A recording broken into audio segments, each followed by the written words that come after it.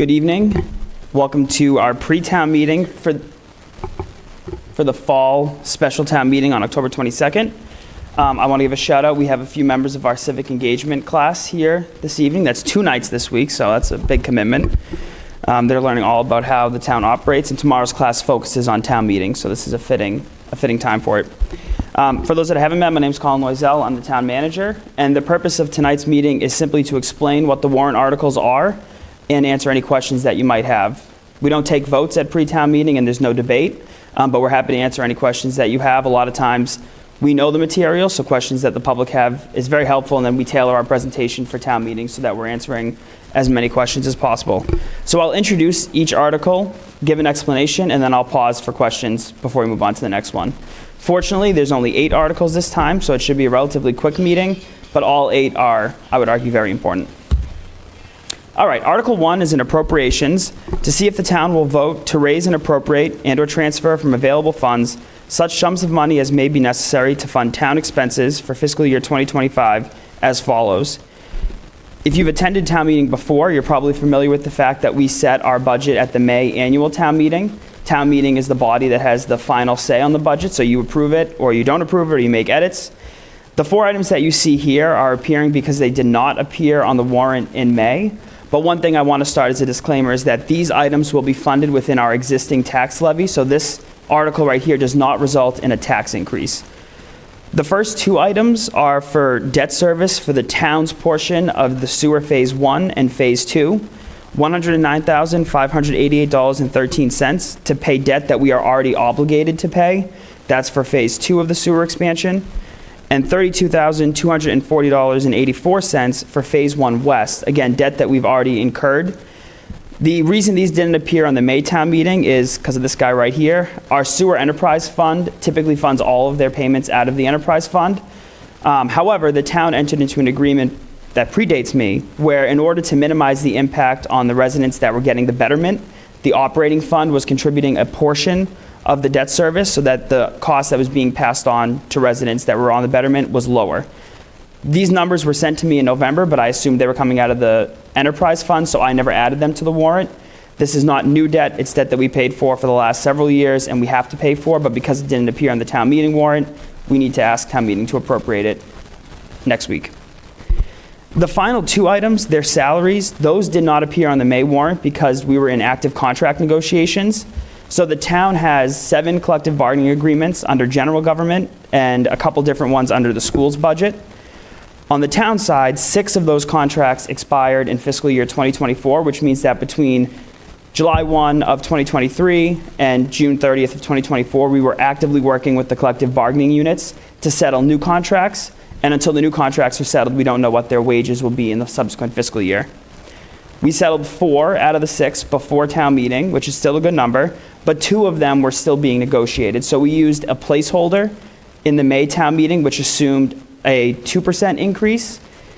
The dollar amounts that you see here are where we actually, the difference between what was budgeted in May and where the contracts actually landed. So the first one is for our superior union. That's the collective bargaining unit that represents sergeants and lieutenants within the Tyngsborough Police Department.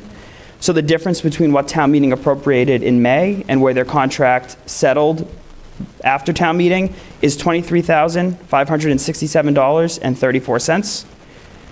The second one, $21,207.14, is the difference between the placeholder that we used in May and where we settled the contract for our communications specialists. Those are the folks that answer the 911 calls in town. So they're housed in the police department, but they dispatch police and fire, and they also do the emergency medical dispatching. You'll note that the from column shows that it's coming from local receipts. One of the things that Tyngsborough does exceptionally well is we very conservatively estimate our revenues for the next year. There's a couple reasons. Primarily, it's because the Department of Revenue, which is a state agency that oversees municipal budgets, has very strict parameters about what you can include in your projections. So for instance, I couldn't sit here today and say, all of a sudden we're going to have a 100% increase in our revenues and then come up with a wildly unreasonable budget. So you can use new growth, which is new businesses. A big new growth item right now, of course, is the Toll Brothers project on the east side of town, and if you increase fees, etc. Here, we're saying that all of this is going to come out of the FY25 local receipts. because when we present a budget at town meeting, we present a balanced budget, and so we simply show you the revenue that we need to match the expenditures that we're presenting. And that helps us because if we were to assume that we could spend all of the revenue, then we would end up in the same situation many of our neighbors are in, where they're looking at deficits or operational overrides, and fortunately, Tyngsborough is not in that position. So just some clarity on this, when we went to town meeting, we had approximately a $400,000 cushion. We'd call that an excess tax levy. That's great for a community our size. Some communities have bigger ones. That's right on par with where we typically land. For fiscal '25, again, because we conservatively estimate our new growth, we estimated that we would see $300,000 in new growth, but when the Department of Revenue certified all of our tax values, we actually saw $400,000. So now that cushion has increased by an additional $100,000. So even with these appropriations, we're still well within where we typically land. Fiscal '24 was a much tighter year. The cushion was like roughly $50,000.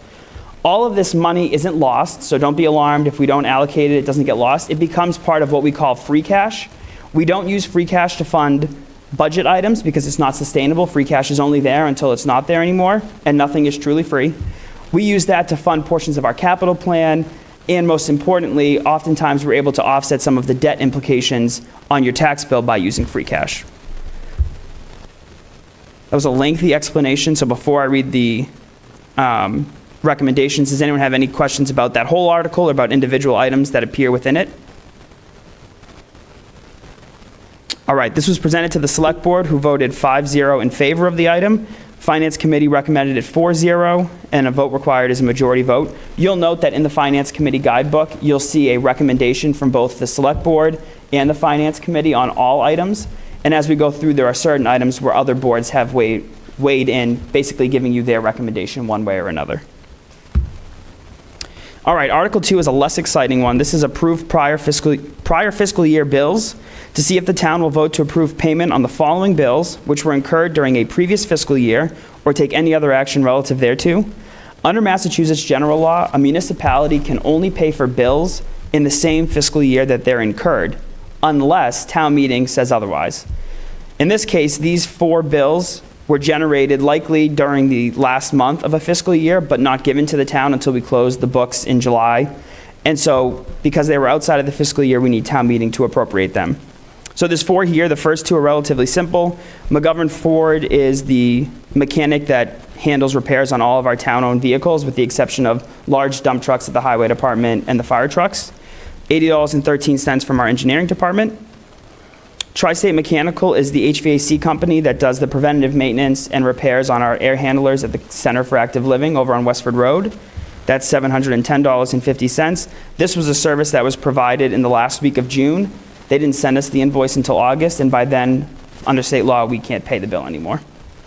These last 2 I want to spend a little extra time explaining because it looks like our sewer department used a whole bunch of energy that they didn't budget for. The reality is, as many of you have probably dealt with, National Grid will from time to time stop billing your accurate bill, whether it's because they've got a transmission issue from the electronic meter, or there's a whole host of reasons. And then sometimes 6 months, sometimes 9 months, sometimes 12 months later, depending on the size of the account, they'll send you what's called the actual bill.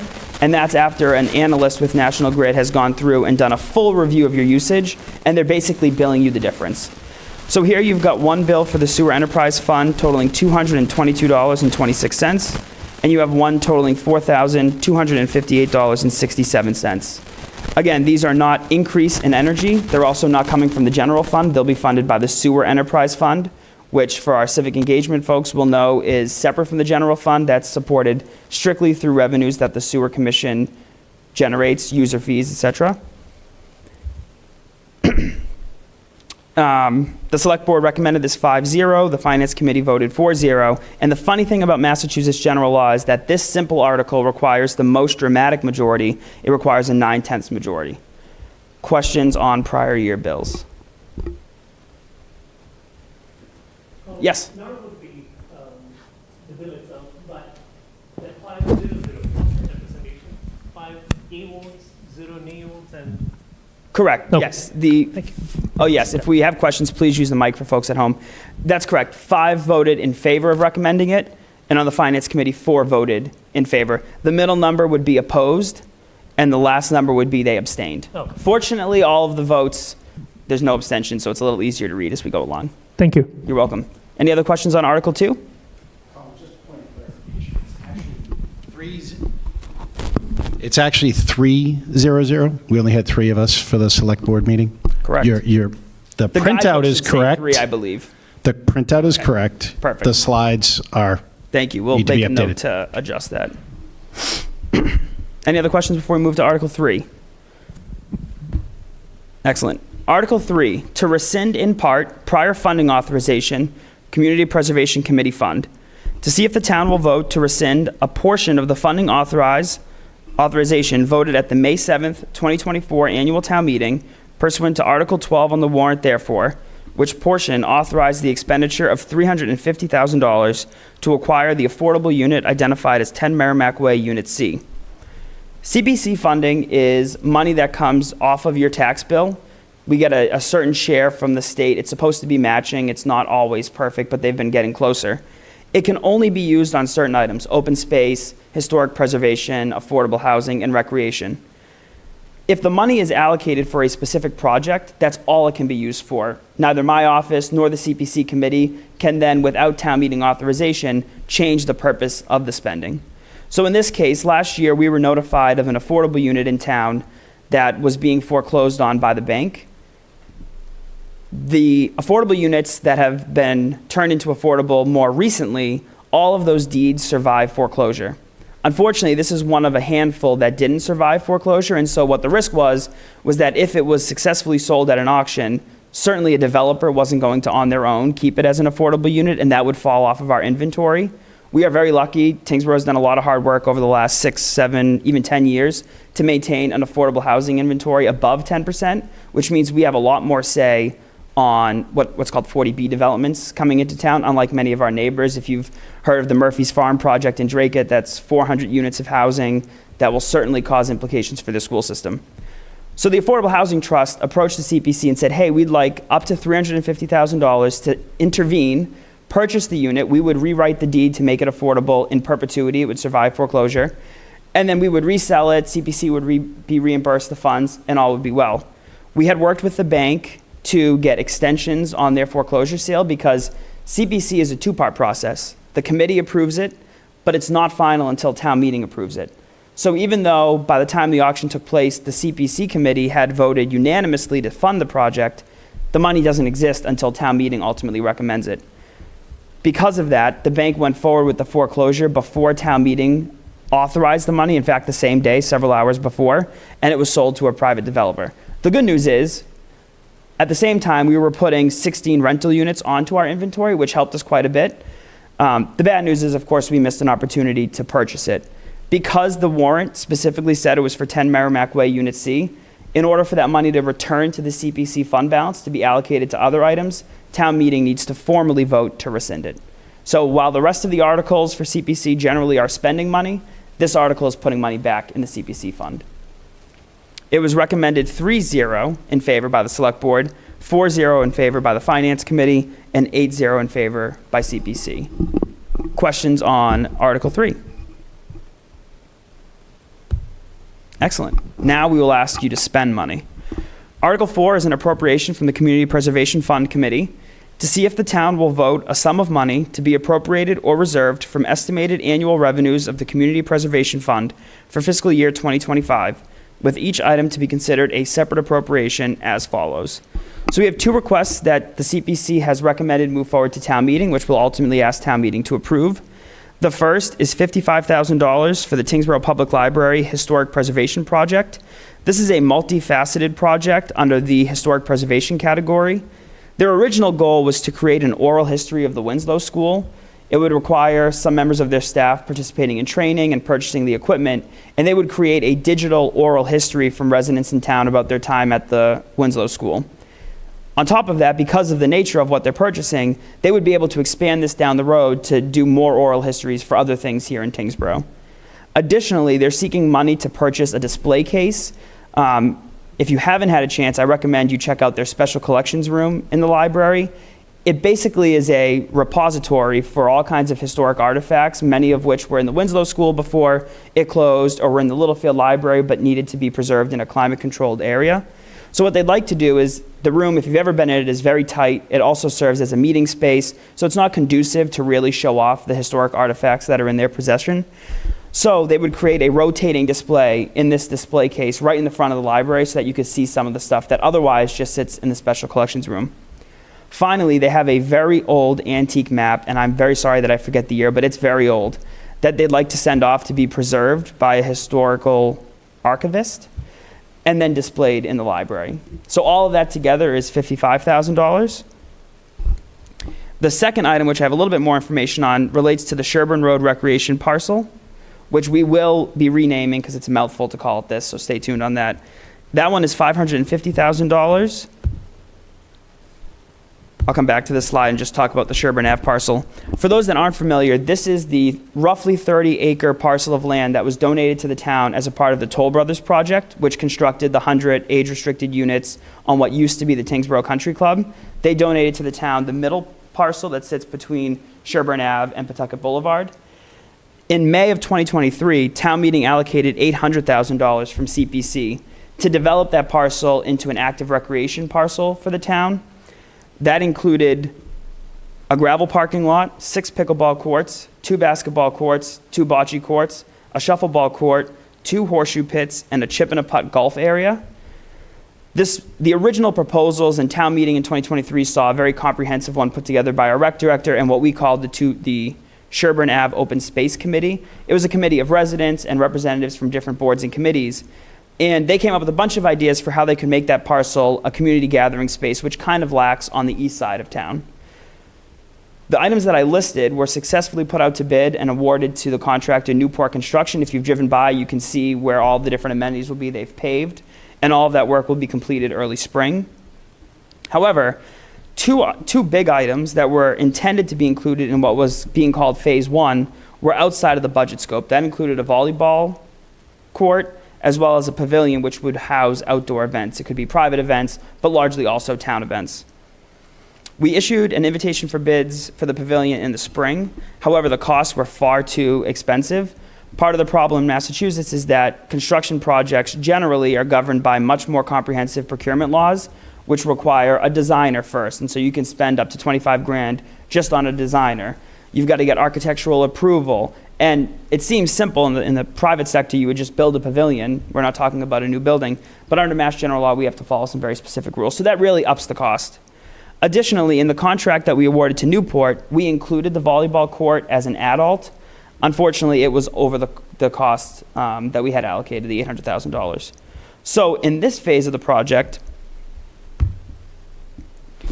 we would look to install the 40 by 20 timber pavilion, and we've identified prefab pavilions, which are much cheaper, don't require the designer selection law, and could be installed in the spring, which times perfectly with what we expect to be the grand opening of the sport court amenities.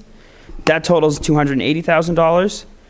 Currently on the site, if you've ever walked through it, there's a small paved walkway that kind of traverses along Sherburne Ave. It was the developer's way of kind of putting in a sidewalk, although Sherburne Ave is far too narrow to put in a real sidewalk. At the end of it, there's about a half a mile of what was a gravel walkway that meanders through the parcel. It is in very poor condition. It's not flat. It's certainly not accessible. And one of the things that the town has been doing, particularly with the establishment of a Commission on Disability back in 2018, is really focusing our efforts on outdoor spaces and making sure that they're as accessible as possible. So this project would seek to install a half a mile of a fully accessible asphalt walkway for a cost of about $100,000. The volleyball pit, this price comes directly from the contract. When you put an adult, it basically says we want to know how much you would charge us, and if we can afford it, we'll award it to you, but we're not under any obligation. So the contractor that's doing the work bid $45,000, so that's a firm number. They're still out there today. If town meeting approved the money, we would execute a change order to get that work done. And then finally, landscaping. This covers a wide variety of items, including benches, picnic tables, and other plantings. And we estimate that will be about $75,000. You may be saying, if you're good at math, this only totals $500,000. When we presented the request to CPC, a majority of the members didn't want to see this have to come back to town meeting for additional funding. So they put a $50,000 contingency that can only be used if the costs exceed $500,000 and only on these specific items. So it's not a blank check. If that money's not used, you'll see a similar article to Article 3 this time, where we rescind part of the money. The Select Board recommended it 3-0 in favor, the Finance Committee recommended it 4-0 in favor, and the CPC recommended it 7-1 in favor. I do want to note that although there was one vote against, that member did want to make clear that they supported the accessible walkway. I think there were some concerns, which they can talk about beyond that for some of the other items. It does require a majority vote. And with that, I'll answer questions as best as I can.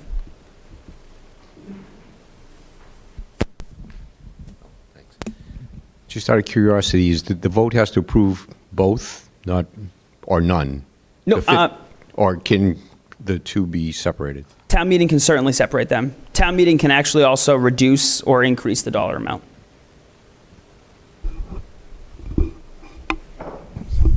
You may have already answered it. My question was going to be, there were breakdowns. Is it all or nothing? In the town voting, should it be all, or is it possible during town voting, depending on what comes out, can it be some of it and not all are approved? So town meeting gets to approve the dollar amount for each project. You couldn't have town meeting say, let me rephrase. CPC could present the article to say all of those items are separate projects as opposed to combining them. What I will say is that the problem then becomes when you're dealing with large dollars like this, if you say that you can only spend $280,000 on the pavilion and you can spend $45,000 on the volleyball, if the same contractor is doing the work, and let's say that their line item cost for the pavilion is $283, and they're $3,000 cheaper on the volleyball court, because town meeting is the final authority, you would be essentially quashing both projects while you can do the volleyball court until a future town meeting. So it's very uncommon to see it that way, but hypothetically, CPC could have chosen to present it to town meeting in a way you've described, where it's a line item for each item in the project. Okay, thank you. Just a procedural question. Yeah, not absolutely. specific. It's a good one. Thank you. I was just wondering, are those amounts that were posted there, is that on top of what they already had budgeted? Correct. This is $550,000 on top of the original $800,000 CPC allocation. Correct. Okay, so each individual plan basically is now more money, and that's... Correct. The total amount that we're asking town meeting to approve is the 550. I showed it's not the 550 plus those additional items, but certainly the 550 is on top of the $800,000 that was appropriated in May of 2023. Yes. So for the walkway, 100,000 is over an amount already that they're planning on, budgeting. That was budgeted.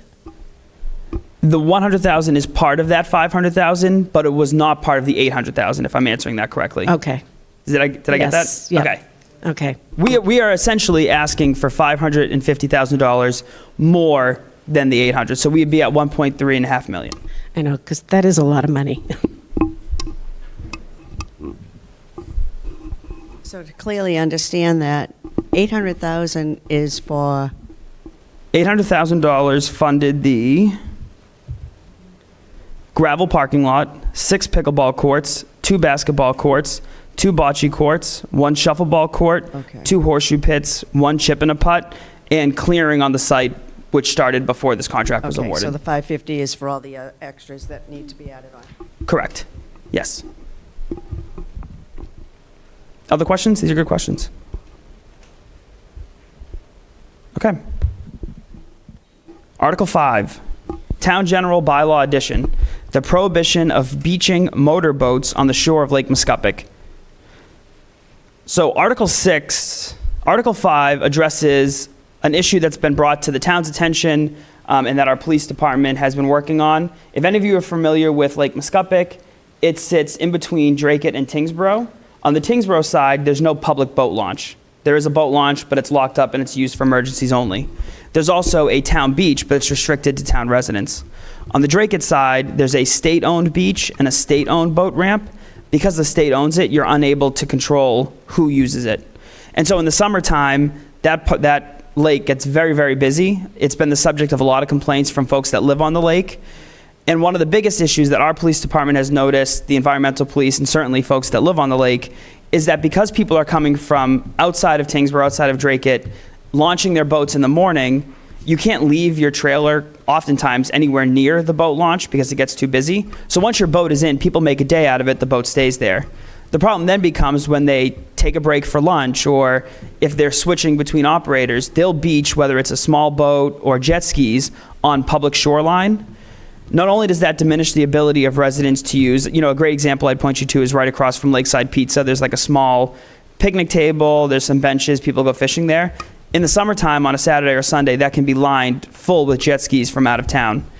Not only is it a nuisance for residents, it poses a public safety risk because if the boat launch is in use and there's no public shore for our police boat or the environmental police boat to bring a victim of a boat accident to the shore, then they're waiting while an ambulance is on the shore trying to get somebody to move. So to address that, we are seeking to amend Section 10 of the bylaw, which deals with motorboats, by adding a clause that strictly prohibits, on Lake Muscoppic only, the beaching of motorboats. And again, that includes regular boats as well as jet skis, any personal watercraft. We're also seeking to amend that bylaw. This bylaw probably hasn't been touched since the 70s, and so the maximum fine under this clause is $20. For the rest of the offenses, we don't really deal with them very much, so we're not suggesting to increase the fees there. But for this one, because of how serious it is and what a problem it's become, we're seeking to change so that a violation just of the beaching of watercraft would be $100 for the first offense and $250 for each subsequent offense. The bylaw is written in such a manner where it authorizes not just the Tyngsborough police, who are primarily out there enforcing, but the Dracut police, the environmental police, which the environmental police this summer have been very helpful, but they've got a lot of bodies of water to protect. And then the only other language that gets added is the statutory language, General Laws, Chapter 40, Section 21D, which just allows the town to collect those fees. So I'm sure none of you have had this happen, but if you ever got a fine for having marijuana at a school, you get what's called a civil disposition. You pay it at our town clerk's office, so you're not entering the criminal justice system. The fines come here. This allows us to do this for this type of offense as well. This was recommended 3-0 by the Select Board and 4-0 by the Finance Committee. And just to be abundantly clear, it does not impact your ability to pull up to your own shoreline, your own dock. It's just publicly owned lands. Questions on Article 5? My question is, how do you calculate the subsequent offenses? So is it against the person or is it against the watercraft? That's a very good question. It's against the person. Okay. So our police officers will get your driver's license information. So whether you do it on your jet ski one day and then you do it on your boat the next day, it's still the second offense. But that's a great question, actually. Thank you. Yeah. Other questions?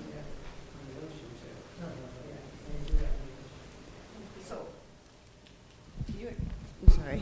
You had mentioned the marijuana issue. Yes. So that's usually, I don't know if it's different being on a lake, but being on the ocean, if you're on the ocean, it's okay. But if you're, not, then it's a finable situation. How does that work with this particular situation? I apologize. The marijuana, I was simply using as an example. Oh, Yeah, no, okay. this does not apply to marijuana. My apologies. Okay. I was trying to explain that there are two cases in Tyngsborough. Well, one right now, this would be the second, where if you're issued a fine by the police department, it's not like a criminal summons, so you're not going to Lowell District Court. There's a process, and the only one that we've used here in Tyngsborough is for possession of marijuana on school grounds, where the police officer issues what's called a non-criminal citation. It assesses you a dollar amount that's owed. It still can be enforced by a court if you refuse to pay it. It gets filed with our town clerk's office, and you would come here to pay it instead of to Lowell District Court. That was just an example of how it happens. Other questions on Article 5? Excellent. Article 6 is a zoning bylaw amendment. To preface this, probably about 3 years ago, the town received grant funding to hire a consultant to review our zoning bylaws. Zoning bylaws are a very wild beast in every community. They often get overlooked, they become difficult to follow, and over time, as sections of state law change, communities fail to update their bylaws to match the new superseding state law. And even locally, when you amend one section of the bylaw, sometimes other sections don't get updated to match the new provisions.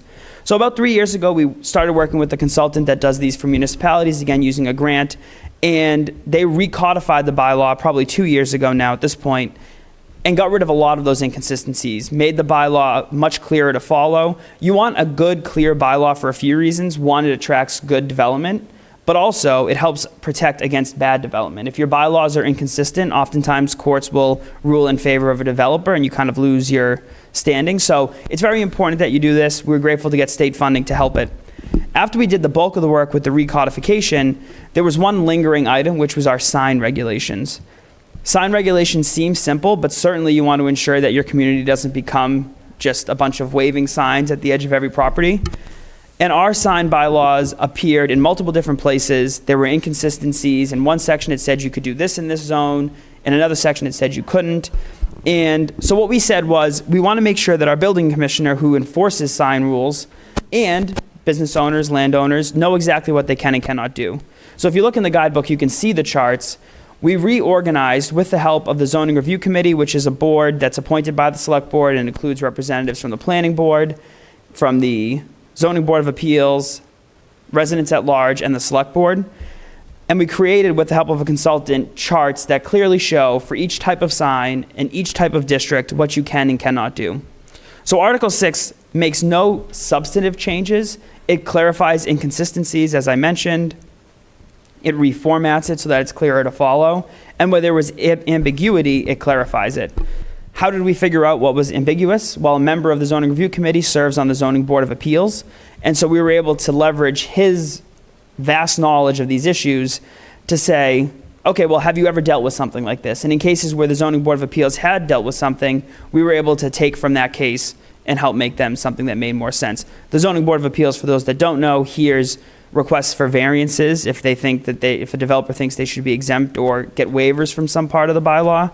And they also hear appeals. If our building commissioner says you can't do this because of the bylaw, they would make an appeal to the zoning board. So these are the folks whose input you want, and there were 2 members of the Zoning Board of Appeals on it. So that's what Article 6 does. You can see the chart. It is a very long article, so obviously I won't read everything to you. As is required by Mass General Law, the Planning Board convened a public hearing on these items on October 3rd. There was no public comment or concern. The Planning Board voted 3-0 that it ought to pass. The Select Board recommended it in favor 3-0, and the Finance Committee recommended it 3-0 as well. Under Mass General Law, any amendment to your zoning bylaw requires a 2/3 majority. Questions on Article 6?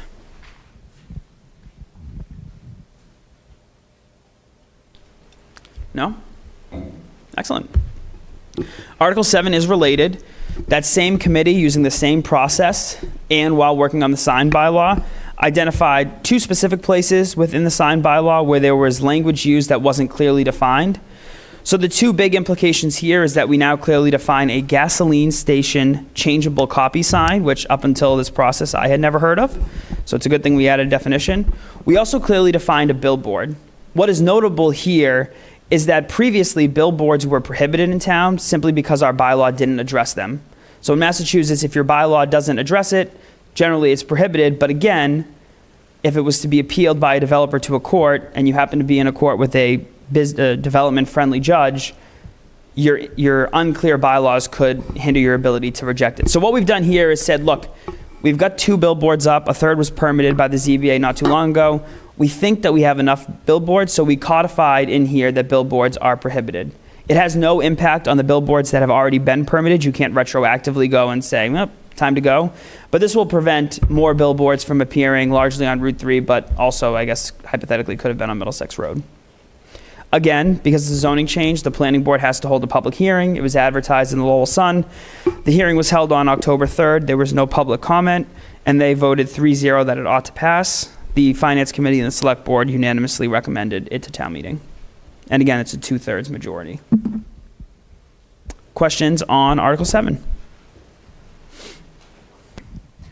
What exactly is a gasoline station changeable copy? It's a great question. And I'll get you the exact, Mr. Schneider, can you steal? Oh, no, right here. It's a great question.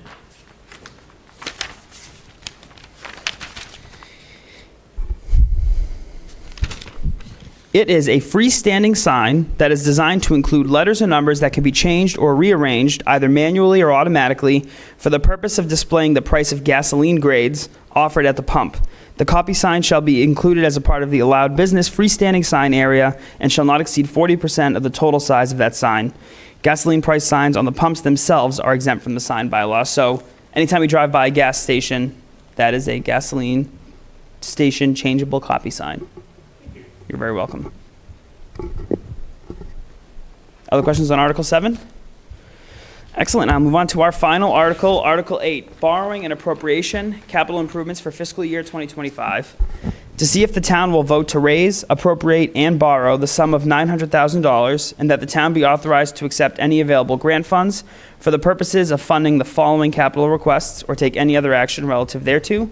There's only one item on the warrant tonight or next week, and that's $900,000 for a new fire engine. A little background on this item.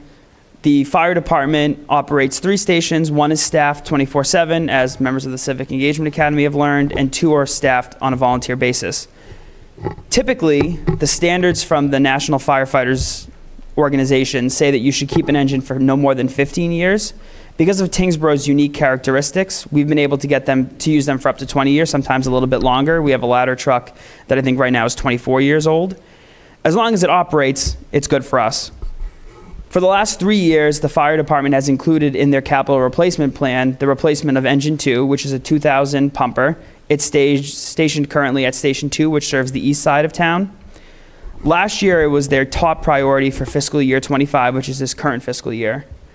Over the last 3 years, we haven't had to use any borrowing to fund capital improvements because of the availability of the American Rescue Plan Act, which was funds directed to states and local governments from the federal government that could be used for specific purposes.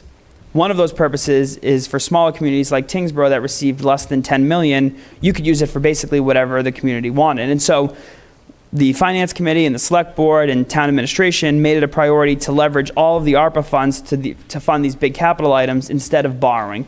Typically, our capital plans are funded by a mix of borrowing and free cash. Generally, we spend about $350,000 in free cash, and the rest is borrowed. Sometimes that's $500,000, sometimes that's $1 million. It depends on what the requests are.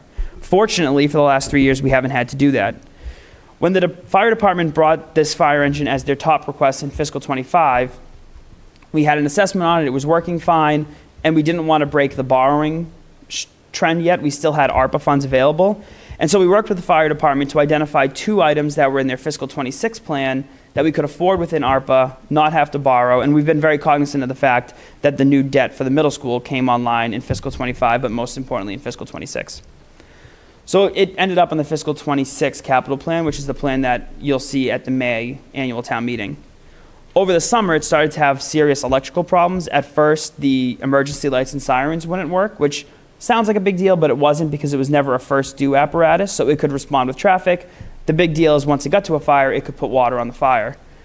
At the end of September, it started to not pump water. That is a huge deal because that's its primary purpose. Because the fire department has identified this as an issue, and because it serves a part of town where there are historically underwatered areas, we felt like we had an obligation to make town meeting aware of it. One of the things that I would note is that whether we approved it in October or May, it would have to be done by borrowing. There's no more ARPA funds available. Generally, like I said, we spend about $350,000 in free cash, and that wouldn't cover this whole item. Additionally, because fire trucks take up to 18 months, if you're buying a brand new one, they custom build it, it takes 18 months. We said, look, if we're going to ask town meeting in October to fund an item that typically would be in May, we want to make sure that there's a truck available that we could get before May to really show that there's a value in it. And so our fire department has identified 2 demo trucks. Demo trucks are great because they've got all the bells and whistles, but they've moved on to a new model, so the truck isn't good for the manufacturer anymore. They're readily available. You typically buy them cheaper, and again, it has all the bells and whistles that we typically wouldn't pay for if we were going to custom order a truck. So they've identified 2 that are available. There's no guarantees that it'll still be available next Wednesday, but they were available at the end of last week, which is promising. They've also identified a manufacturer who has a state contract who will be getting the body of a fire truck in February and could custom build it to Tyngsborough's needs by March, mid-March, early April. The final note that I'll make and why I am recommending that it go forward, and the Select Board and Finance Committee and Capital Asset agreed, We just had our bond rating reaffirmed. We have a AA+, which is fantastic for a community our size. Interest rates have recently been cut. We just sold a $50 million bond on the middle school, and we got 3.6 as an interest rate, which is great. For all of those reasons, we think the time is prudent, but most importantly, we thought because we've identified this issue and because it serves a part of town where there are traditionally water issues, it would be negligent for us not to bring it to the town's attention. I do want to note, because we haven't done borrowing through the general fund in 4 years, I want to make clear that unlike the middle school, this is not excluded debt. So the payments for this debt will come out of our existing debt service in the general fund. The middle school, as you are all well aware, is taxed on your tax bill above what you're paying for the general fund. That's excluded debt. This is not. This is funded within the operating budget, so it will be on me to find it within our existing funds to pay the debt service. What we would likely be doing is a 1-year ban. It's a short-term note. Take advantage of the positive interest rates, because it is very likely both that we'll have to do additional borrowing this May for the rest of the capital plan. I don't know the dollar amount yet. They haven't started that process. But also for the middle school, although we've done the final permanent ban of $50 million, there's always a delay between when the state sends you your final reimbursement because they're doing an audit of the project. So generally, communities have to issue a short-term ban to cover the cost until the state reimburses you. So it ends up being a wash in the end, but you've got to pay the bills until the state finishes. So doing a short-term ban gives us some flexibility to restructure this debt, whether it's this summer or this fall, in a way that makes the most sense for the town's general fund. I gave a lot of information. Questions about that one?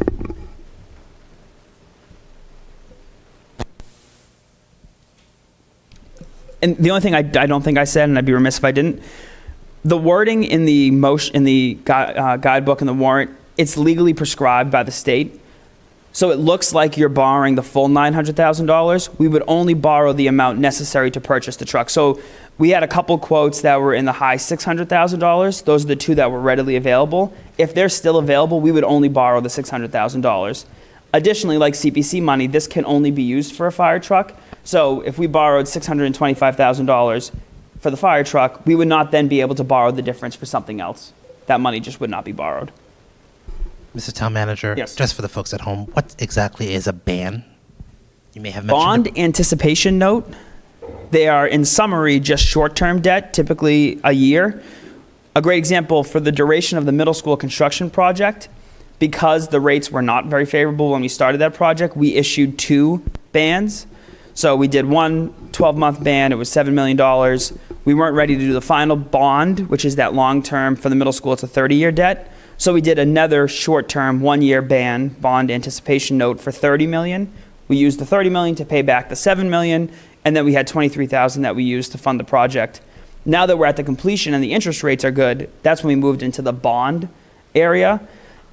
If we were to when we get to the point where we do a bond for the fire truck, typically borrowing agencies will give you a 10-year note for vehicles. That's very standard. You don't have a lot of flexibility with that, but it certainly is much shorter than the $30 million, 30-year one.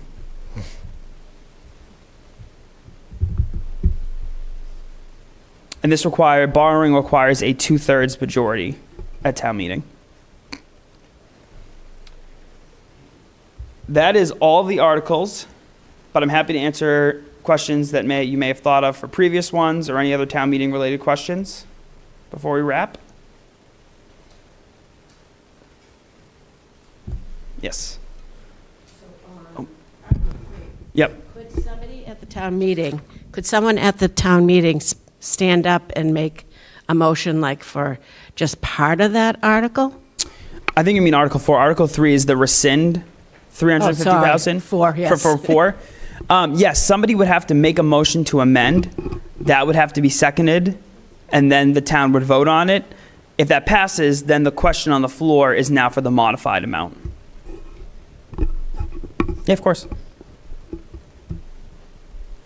One question. The Yes. vote requirements for each of the article, is that always coming from the state laws or? Yes. Okay. Town meeting is, there's 2 forms of town meeting. One is what we have, which is open town meeting. Any resident can vote. One is representative town meeting. So they have slightly different rules, but the vote majorities are all the same, and that's prescribed. I think it's Chapter 40, which kind of governs how municipalities operate. But yeah, it comes directly from the Okay, state. thank you. You're welcome. Any other last minute questions? A copy of this presentation will be available first thing tomorrow morning on the town meeting page of the website. If you go to the town meeting page right now, you can see each warrant article, a written explanation, how all the different committees voted, and also a link to a video explanation. Probably will sound a little more eloquent than I did tonight. You can also find a copy of the warrant, the Finance Committee guidebook, and tomorrow morning you'll be able to find the presentation. Town meeting starts at 7 p.m. next Tuesday at the Tyngsborough Elementary School. Thank you, everybody, for coming tonight. I appreciate it.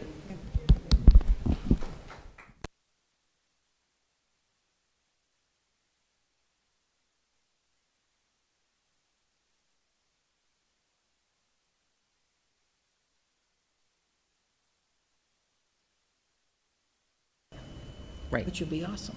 Yeah. Right. But if not, maybe they could apply for them now. Right.